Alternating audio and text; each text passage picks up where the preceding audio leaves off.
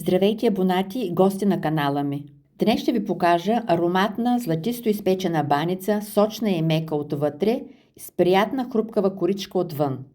Приготвя се бързо, лесно и резултатът е истинско домашно удоволствие. В купа си натрушаваме сиренето, след което към него чукваме яйцата и добавяме киселото мляко. Разбъркваме добре, докато получим еднородна апетитна смес. Вземаме един лист кориза баница и го поръсваме с разтопено краве масло. Поставяме втори лист и отново намазваме, след което добавяме трети лист и повтаряме. Разпределяме равномерно част от плънката и заглаждаме. Навиваме на руло, а после оформяме рулото като охлюв, поставяме в тава върху хартия за печене. Ако тавата ви е по-голяма, може да навивате от широката страна на корите.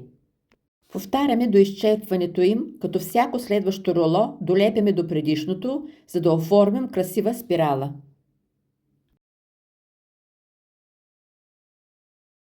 В купа смесваме яйце с кисело мляко, леко овкусяваме със сол и щедро намазваме баницата отгоре.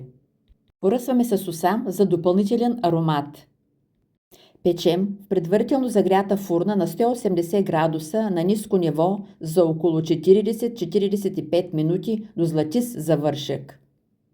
Количеството на всички продукти ще намерите в описанието на видеото. Ако рецептата ви е харесала, подкрепете ме с лайк и се абонирайте за канала ми за още вкусни вдъхновения. До скоро!